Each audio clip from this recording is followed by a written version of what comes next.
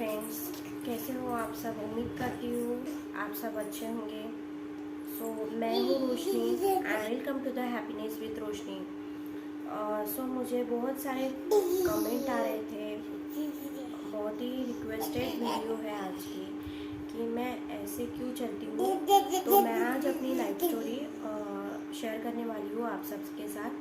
तो यहाँ पे देखो मेरी बेटी मैं शूट कर रही हूँ तो वो आ जाती है मेरे पास में। रियल लाइफ स्टोरी मैं आज अपनी आप सबके साथ शेयर करने वाली हूँ। अगर आपने अभी तक चैनल को सब्सक्राइब नहीं किया है तो प्लीज़ जाकर सब्सक्राइब कर लीजिए और इस वीडियो को लाइक और ज़्यादा से ज़्यादा फ्रेंड्स के साथ इसे शेयर ज़रूर कीजिए। मैं हूँ रोशनी और मेरा जन्म हुआ था 24 जून 1994 को हुआ था। मैं ऐसे क्यों चलती हूँ, मुझे कमेंट आ रहे थे। मैं बता देना चाहती हूँ कि मैं हैंडीकैप हूँ, मुझे एक पैर नहीं है। तो मैं अपनी स्टोरी आप लोगों के साथ शेयर करना चाहती थी। मतलब कमेंट आ रहे थे इसलिए मैं शेयर करना चाहती थी, अदरवाइज़ मेरा कोई मोटिव नहीं था, मुझे कोई बताना नहीं था। बट बता दे। मैं जब मेरे मम्मी के पेट में थी तो ऐसा इंसिडेंट हुआ था कि पहले के ज़माने में कैसे गांव में रहते थे मेरे मम्मी पापा। मतलब तब उतना टेक्नोलॉजी नहीं थी और गांव में रहते थे तो कैसे ऐसे मम्मी साइकिल थी, उस पर ऐसे ब्लैंकेट डालने के सुखाने के लिए गई तो वो साइकिल ऐसे पेट पर गिर गई मम्मा के। जब मैं पेट में थी, जब मैं मम्मा के पेट में थी तो उसी वजह से क्या हुआ ना कि वो जो मेरा पैर था, मतलब पेट में ही पैर को ऐसे दोनों पैर मेरे पहले सही सलामत थे, कुछ नहीं हुआ था। बस उसकी वजह से ना एक पैर को ऐसे ट्यूमर आ गया था। मतलब घुटने के नीचे ही था। हॉस्पिटल लेके गए। जब मैं हुई हॉस्पिटल लेके जाने के बाद ऐसा हुआ कि तब गांव में तो नहीं थे, फिर सिटी में नागपुर में, मतलब मैं जहाँ रहती हूँ महाराष्ट्र नागपुर में। वहाँ पे मुझे गवर्नमेंट हॉस्पिटल में लाया गया।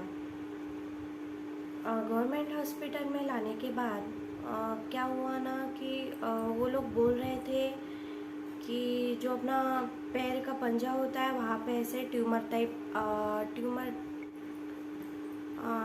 मुझे नागपुर के गवर्नमेंट हॉस्पिटल लाया गया। फिर तब ऐसा हुआ कि उन्होंने कहा था कि ये अभी बच नहीं पाएगी, इसका बचना मुश्किल है। तो उन लोगों ने ध्यान ही नहीं दिया। मैं कंप्लीट मतलब मुझे तो याद नहीं, मैं तो बहुत ही छोटी थी तब। तो मेरी मम्मी पापा ने मुझे बताया कि मैं 2.5 महीने हॉस्पिटल में रही तब, बिना दूध और बिना किसी पानी के। तो मुझे हॉस्पिटल लाया गया। फिर ऐसा हुआ, डॉक्टर ने कह दिया था कि ये बच नहीं सकती अभी, तो आप इसे लेकर जाओ। तो फिर ऐसा हुआ, डॉक्टर फिर मम्मी पापा ने भी डिसीजन लिया कि ऐसे कैसे लेके जाए इसे, अब इतने बड़े सिटी में लाया है उसे, तो कहीं तो कुछ तो इलाज होना चाहिए इसका। तो फिर उन्होंने मुझे हॉस्पिटल में एडमिट करवाया, लिया उन्होंने मुझे। बट वो ऐसा था, गवर्नमेंट मेडिकल कॉलेज था। मैं बदनाम नहीं करना चाहती, मतलब मैं ऐसा कुछ नहीं बोलना चाहती हॉस्पिटल के बारे में। वो एक गवर्नमेंट में हॉस्पिटल भी है और एक कॉलेज भी है, मेडिकल कॉलेज है। तो इसीलिए वहाँ पे स्टूडेंट्स भी पढ़ने के लिए आते थे। तो ऐसे करते करते 1.5-2 महीने ऐसे ही हॉस्पिटल में बिना कुछ उन्होंने हाथ लगाए वैसे ही रख दिए। फिर क्या हुआ ना, वो जो खून है पैर में का वो पूरा ख़राब होते गया, पैर ऐसे सड़ते गया, पूरा काला पड़ने लगा। फिर पैर ऐसे पूरे एकदम सड़ गया। फिर उन्होंने बोला कुछ नहीं हो सकता, अब तो पैर काटना ही पड़ेगा। पैर काटना पड़ेगा तो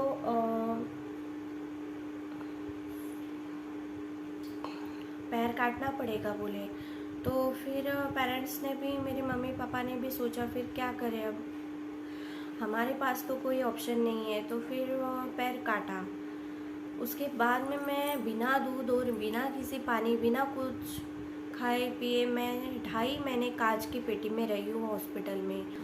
तब कंडीशंस तो ऐसी ही थी कि जब पापा मम्मी के लिए हॉस्पिटल में टिफ़िन लाते थे तो मम्मी 6-6 7-7 दिन एक ही टिफ़िन खा लेती थी, ख़राब हुई वाली सब्ज़ी। खाना मिलता था तो कभी कभी टिफ़िन नहीं आता था घर से, तो हॉस्पिटल कभी कभी हॉस्पिटल में से ही मम्मी खाना ले लेती थी। ऐसा था 2.5 महीने कैसे वैसे मेरे मॉम ने निकाले हॉस्पिटल में, मेरे लिए बहुत ही उन्होंने स्ट्रगल किया है। सो ऐसा था। सो ये देखो, ये जो पैर होता है ना अपना, इस पैर को यहाँ पे मुझे ऐसे अपने ये जो पैर होता है वो यहाँ पे मुझे ऐसे ट्यूमर टाइप आ गया था, फोड़ा टाइप आ गया था। तो उन लोगों ने ध्यान नहीं दिया मेरे लेफ़्ट पैर पे। फ़िलहाल तो मैं अभी अपना राइट पैर दिखा रही हूँ। तो ऐसा हुआ, यहाँ पे मुझे फोड़ा टाइप था, ट्यूमर टाइप, तो उन लोगों ने ध्यान नहीं देने के कारण वो पूरा ऐसे यहाँ तक पूरा ऊपर तक ख़राब होते ही चला गया। तो अभी आप देख सकते हो, ये है मेरा कटा हुआ पैर। सो मैं तो शो नहीं करना चाहती थी, बट अब देख सकते हो। सो इस तरह से हो गया। तो फिर 2.5 महीने मैं वहाँ पे रही हॉस्पिटल में, बिना कांच की पेटी में ही मुझे रखा गया था। वो हॉस्पिटल में ऐसे था कि वो जो स्टूडेंट आते थे पढ़ने के लिए मेडिकल कॉलेज में, उनको बस पढ़ाते थे कि ऐसा है वैसा है, बस वो अपना काम करते थे, कुछ ध्यान नहीं देते थे। ऐसे करते करते नहीं बच पाएगी, नहीं बच पाएगी, लड़की आप लेके जाओ। अब वो सड़ा हुआ पैर लेके मेरे पेरेंट्स थोड़ी ना घर पर मुझे लेने के लिए आते, मुझे वापस लेके आते घर पे, ऐसा तो नहीं था। तो फिर उनको ऑप्शन नहीं था, तो फिर अभी मेरी मम्मी पापा ने बोला हम ऐसे सड़ा हुआ पैर लेके कहाँ जाएंगे, तो ठीक है, फिर ऑप्शन नहीं था तो काट दिया। अब वैसे है, पहले के ज़माने में उतना कुछ नॉलेज नहीं होता था, तो जो डॉक्टर बोलते थे ब्लाइंडली उन पर बिलीव किया जाता था। तो ऐसा है। सो इस वजह से मेरा पैर काटा गया। तो उसके बाद भी मैं तो फिर मैं जब 5-6 साल की हो गई तब तो चलना लग गई थी मैं एक पैर पे ऐसे, मतलब जैसे हम वो लंगड़ी वगैरह नहीं खेलते क्या, वैसे मैं चलना स्टार्ट कर दिया था एक पैर से ही। तो 5-6 साल की हो गई थी तभी मैं चलना स्टार्ट कर दिया था, मतलब एक पैर से ही ऐसे कूद कूद के चलती थी। फिर जब 6 साल की हो गई तब फिर जिस हॉस्पिटल में मेरा पैर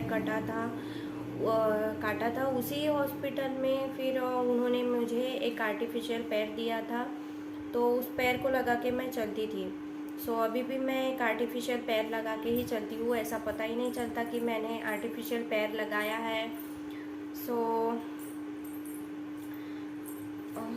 मैं दिखाती हूँ आपको। सो ये है मेरा आर्टिफिशियल पैर, आप देख सकते हो। कम से कम ये 6-7 किलो का है, और मेरे जो ओरिजिनल इतना सा पैर है उस पे ये इतना बड़ा 6-7 किलो का पैर मैं कैरी करती हूँ। सो ये इजी बात नहीं है, बहुत ही डिफ़िकल्ट बात है, रोज़ मुझे तकलीफ़ होती है चलने में। सो यहाँ पे देखो, ये मोजा है, इसमें ये मोजा डालना पड़ता है, अदरवाइज़ जो स्किन है पैर की वो पूरी सोल जाती है, उसकी पूरी स्किन निकल जाती है, इसीलिए उसे मोजे से पहनना पड़ता है। इस तरह से मोजा डालना है, इसमें मैं अपना पैर डालती हूँ। एंड ये जो बेल्ट है, ये जो बेल्ट है वो ऐसे कमर पे लगाना पड़ता है। और ये जो फिट है, ये यहाँ पे देखो, जो पंजा है इसमें 24 आवर मुझे स्लीपर पहन के रखना पड़ता है, चप्पल पहन के रखना पड़ता है। अदरवाइज़ क्या होता है ना, अगर मैं चप्पल ना पहनूँ तो कभी भी कहीं पे भी स्लिप हो जाती हूँ, तो एक पैर में मुझे इस तरह से चप्पल पहन के ही रखना पड़ता है।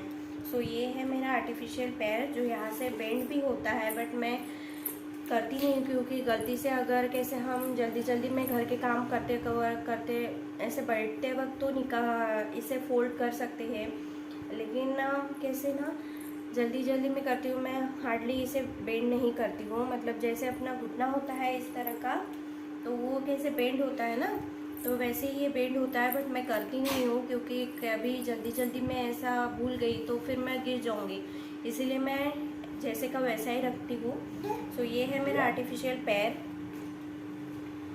सो मुझे 24 घंटे इसे लगा कर ही चलना पड़ता है, क्योंकि अभी तो ऐसे एक पैर से कूद कर मैं चल नहीं सकती ना।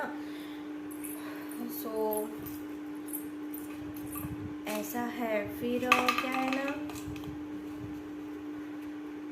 बहुत ही डिफ़िकल्ट हो जाता है, और सिर्फ रात को सोने के वक्त और नहाते वक्त मैं इसे निकाल के रखती हूँ। बस ये थी मेरी स्टोरी। और मैं बस इतना कहना चाहूँगी कि जो मॉम डैड होते हैं ना, अपने मम्मी पापा, सो उनको कभी भी हर्ट मत कीजिए, क्योंकि वही लोग होते हैं जो हमें केयर करते हैं। मुझे एक बड़ी बहन है, एक भाई है बड़ा। स्टिल मेरे मॉम ने मेरे लिए बहुत ही स्ट्रगल किया, बहुत ही स्ट्रगल किया है 2.5 महीने। अगर कोई और होता, क्योंकि मैंने बहुत ऐसा सुना है कि लोग बेटी हुई तो ऐसे फेंक देते हैं, कहीं पे भी डाल देते हैं, मार देते हैं। मेरे पेरेंट्स ने ऐसा नहीं किया। मैं बहुत ही उनका शुक्रगुजार हूँ, मतलब बहुत ही किस्मत वाली मानती हूँ मैं अपने आप को, जो मुझे ऐसे मॉम डैड मिले हैं। सो 2017 में मेरी शादी भी हुई, और मुझे आज एक बेटी है, आप देख सकते हो, जो आप हमेशा मेरे ब्लॉग्स में देखते हो, क्योंकि ये मेरे पास ही होती है, आसपास ही होती है। वो अकेले रहती ही नहीं है ज़्यादा देर, मैं जहाँ भी जाऊँ वो मेरे पीछे पीछे ही खेलती है। सो मेरी छोटी सी एक प्यारी सी नन्ही सी बेटी भी है अभी। सो मैं बहुत खुश हूँ। बट मैं इतना कहना चाहूँगी लास्ट में कि कुछ लोग ऐसे हैं जो बहुत ही कमज़ोर मानते हैं। मैंने नागपुर में ही अपना एजुकेशन कंप्लीट किया है। मैं BE in electronics and telecommunication में किया है, मतलब बैचलर ऑफ इंजीनियरिंग पढ़ी हूँ मैं। सो 10th के बाद मैं डिप्लोमा किया है। सो उसके लिए मैं बस से अप डाउन करती थी डेली। वो भी मुझे पहले घर के पास से स्टॉप तक पैदल जाना पड़ता था, और स्टॉप पर गई, वहाँ से फिर मुझे ऑटो पकड़ के बस स्टैंड पर जाना होता था। बस स्टैंड से फिर 2 बस चेंज करके मैं अपने कॉलेज पहुँचती थी डिप्लोमा के लिए। सो 10th के बाद मुझे उतना, मतलब इतना स्ट्रगल होता था मुझे। मैं एक पैर पर मेरा पूरा बॉडी का वेट, तब तो मैं बहुत ही दुबली पतली थी, तब कुछ नहीं लगा। अभी शादी के बाद मेरा वेट बढ़ा है, मतलब बेबी के बाद बेबी होने के बाद मेरा वेट बढ़ा है, अदरवाइज़ मैं इतनी मोटी नहीं थी। पर स्टिल बहुत ही दूर तक, मतलब पैदल चल के जाना बहुत तकलीफ़ होती थी। स्टिल मेरे मॉम डैड में मुझे पढ़ाया लिखाया, इतने काबिल बनाया कि मैं अपने पैरों पर खड़ी हो सकूं। सो ऐसा है कि फिर डिप्लोमा होने के बाद मैंने इंजीनियरिंग किया। इंजीनियरिंग में भी मैं बस से ही ट्रैवल करती थी। इंजीनियरिंग में भी मैंने बस से ही ट्रैवल किया है। 3 साल मैंने इंजीनियरिंग किया, मतलब 10th के बाद 3 साल डिप्लोमा किया, देन उसके बाद 3 साल इंजीनियरिंग किया। सो ऐसे मेरा ग्रेजुएशन का सफ़र रहा है, जो कि मैंने इंजीनियरिंग में बस से ही कंप्लीट किया है, बस से अप डाउन करके ही कंप्लीट किया है। सो बहुत ही स्ट्रगल हुआ है मेरी लाइफ में। अभी एक पैर पर इतना सब कुछ करना, और मेन बात मेरे जो क्लासमेट थे, मतलब मैं ये नहीं बताना चाहती कि, मैं ये बताना चाहती हूँ कि दुनिया में ऐसे भी लोग हैं जो किसी की फीलिंग्स या किसी की सिचुएशन नहीं समझ सकते, मजाक उड़ाते हैं। प्लीज़ आप लोग ऐसा मत कीजिए, क्योंकि हम लोग भी इंसान ही हैं, हमारे भी फीलिंग्स है, हमें भी दर्द होता है। सो अभी मैं एक बात बताना चाहती हूँ। मेरे जो क्लासमेट्स थे, मतलब इंजीनियरिंग में मैं बस से ही ट्रैवल करती थी, तो बस तो खैर कॉलेज के सामने ही रुकती थी। बस तो कॉलेज के सामने, बस आते, मतलब कॉलेज छुट्टे बराबर कैसे बस आ जाती थी। तो जो मेरे, मतलब जिनको पता है कि मैं हैंडीकैप हूँ, एक पैर नहीं है मुझे, एक पैर पर मुझे खड़े रहना पड़ता है, वो लोग भी ऐसे बिहेव करते थे मेरे साथ। प्लीज़ आप लोग ऐसा मत कीजिए उन लोगों के साथ, मेरे साथ नहीं। आप अगर किसी कभी आपकी मुलाकात ऐसे लोगों से हो जाती है, हैंडीकैप पर्सन से, तो प्लीज़ उन्हें हर्ट मत कीजिए। सो वो लोग ऐसे थे मेरे क्लासमेट की, मतलब कॉलेज को तो पता ही था मेरे क्लासमेट को कि मैं हैंडीकैप हूँ।